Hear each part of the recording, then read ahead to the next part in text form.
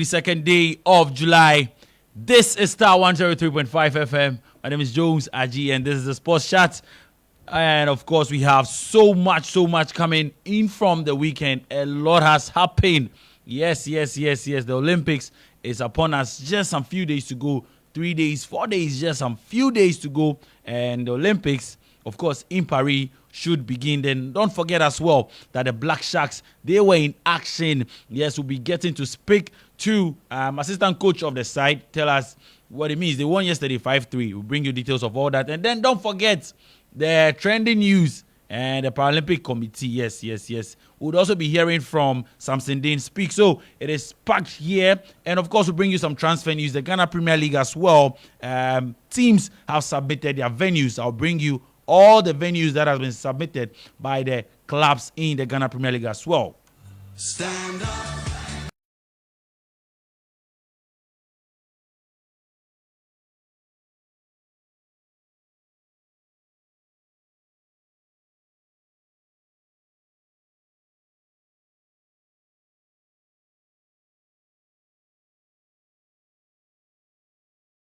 We are live on Star 103.5 FM and also live on Facebook.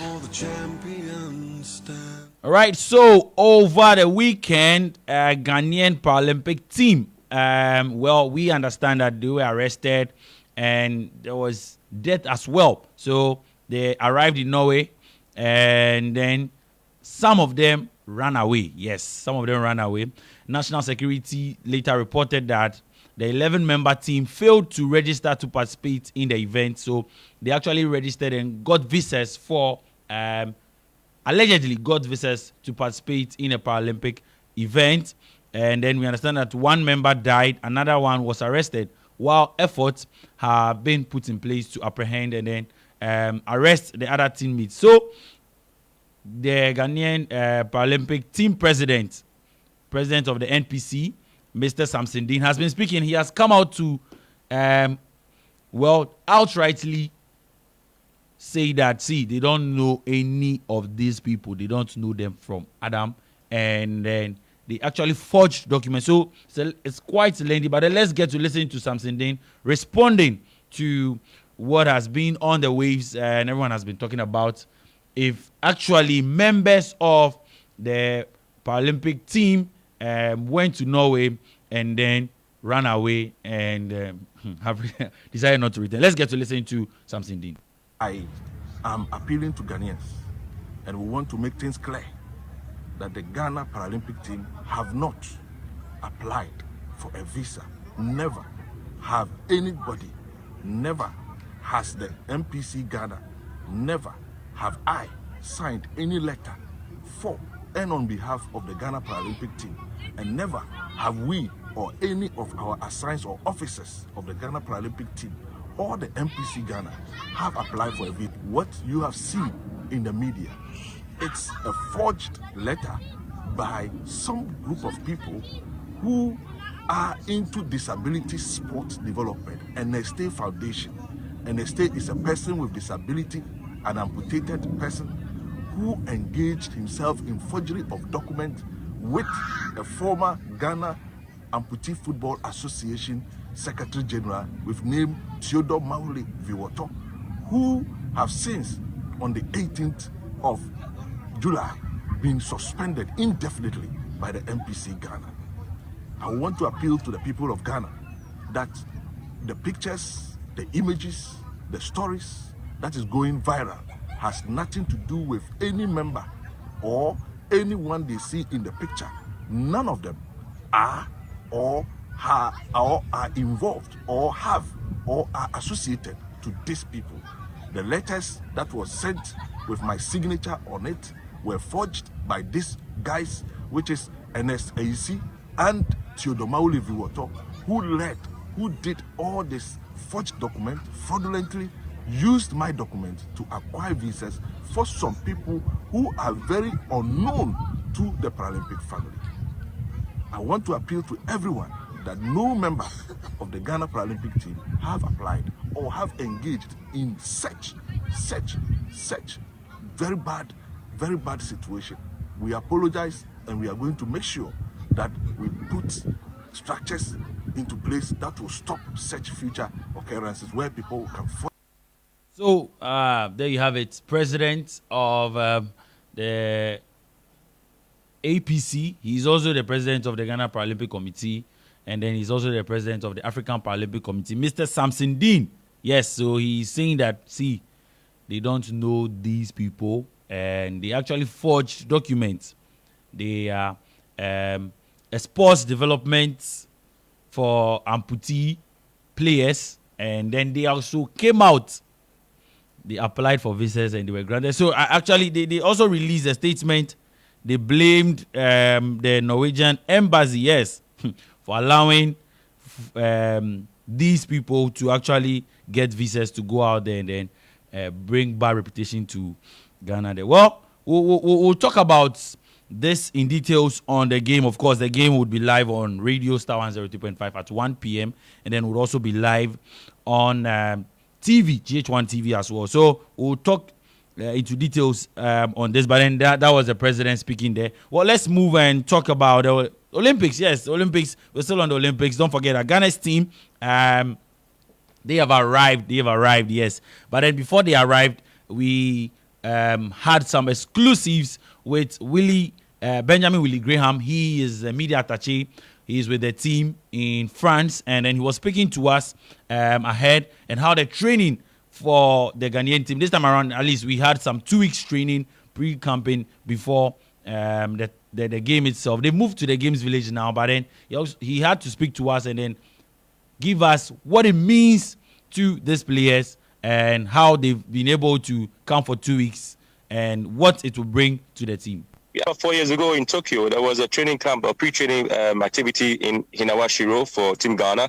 And so the boxers spent a lot of time there. Because of the time zones and the travel differences, some of our athletes were not able to make it to the pre-games. But here in Strasbourg, as I indicated earlier on, the French embassy played a really enormous role to ensure that the team was here, together with the deputy mayor of Strasbourg as well. Now, when the athletes came in, they have realized that it's been very beneficial. They've had enough time to prepare, enough time to acclimatize with the system or the temperature, the weather condition of France, the food, the water, everything that has to do with France, they have witnessed it.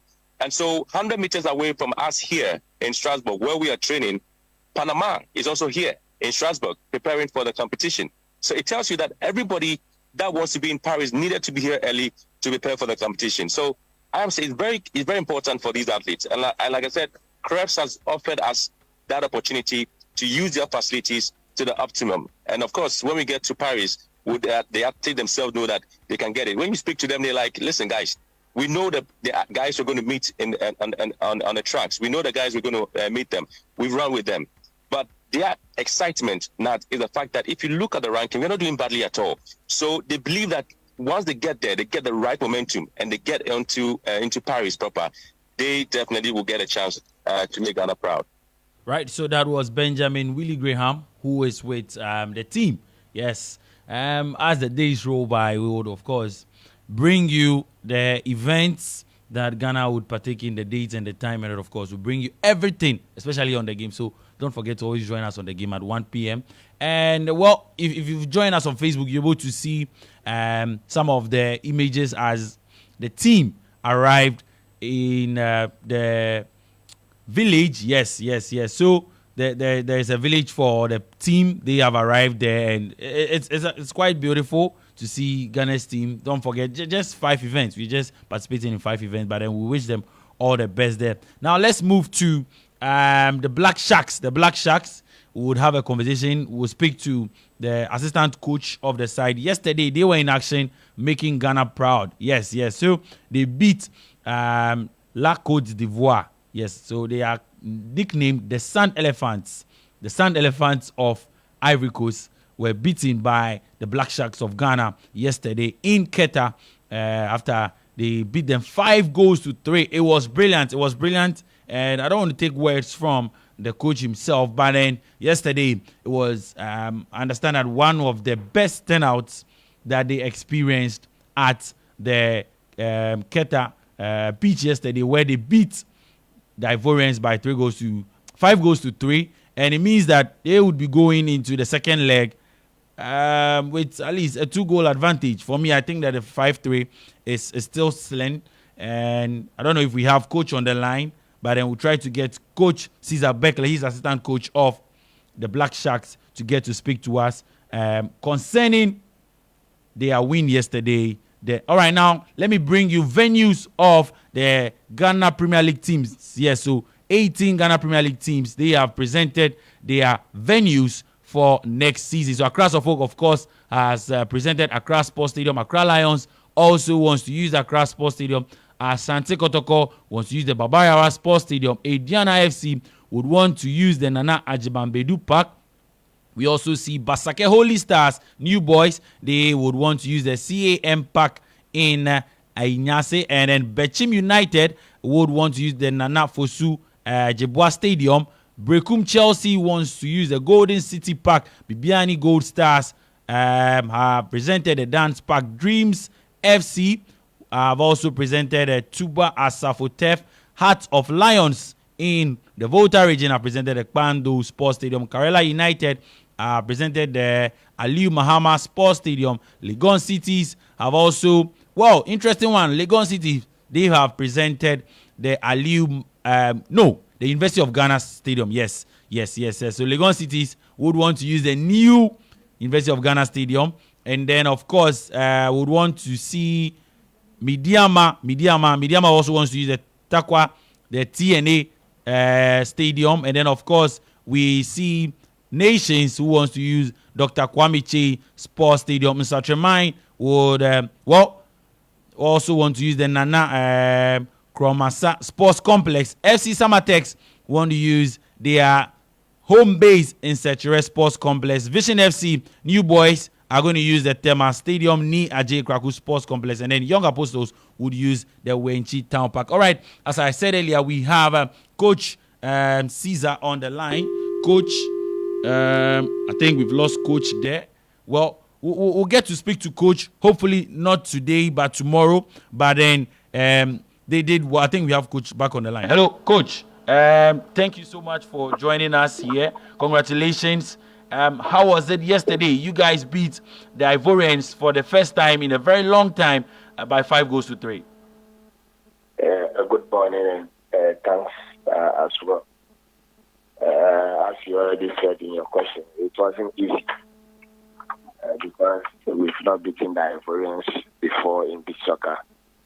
The past 2 games that we played earlier on. But yesterday we managed to get that victory.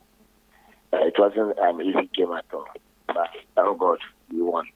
Today, watching it on TV, I realized that the turn-up was massive. I think you think that it actually helped in, you guys get into the win. And for me, the 5-3, I feel that is too slim a margin because going away, do you think we have a chance?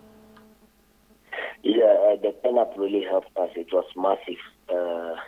We didn't even expect that crowd, but they came in their numbers to support us. And looking at the scoreline, we're leading 5-1 before the 2 goals back. You know, in beach soccer, within a twinkle of an eye, you concede 2-3 goals. And so it can happen. We've seen the way they've played. We've identified our mistakes as the technical team. We've seen their strengths and their weaknesses. We'll work on that before we play them in the second leg on Saturday. Finally, quick one. I've always been talking about support. Have we had support from our association? Have we had support from the Football Association? And then even the government as well? For that one, I'll say it's the management team that can speak about that. But I think the FA have really, really done well for us. They provided almost everything that we needed for this encounter. All right. Thank you. Of course, we'll speak to you when you guys get to La Côte d'Ivoire and wish you all the best in the second leg. Right. So that was assistant coach of the Black Sharks there. They actually got an all important victory there. I have some things to say, but then because of time, we'll leave it that way. Quick transfer news. Andre Santos will return to Strasbourg on loan after going on a US tour with Chelsea. there. And then Danny Olmo would be allowed to leave RB Leipzig even in the next weeks with proposals in the region of 60 million. Romelu Lukaku and Napoli have reached a verbal agreement. So don't forget that he's still a Chelsea player. So Chelsea demand 40 million for Lukaku there, but no agreement has been made between the clubs. And then Olympic Marseille are closing in on a deal to sign Pierre-Emerick Højbjerg. He plays for Tottenham Hotspur. So we understand that he has already arrived in France. Yes. Well, Olympic Marseille are coached by De Zerbi, who was in the English Premier League with Brighton. So he's trying to bring in some English players, former Premier League players. We wish them all the best there. That'll be all for sports. My name is Jones Aji. The morning show would continue. Don't forget to join us at 1 p.m. on Starr FM, of course, on the game, and then on GH1 TV.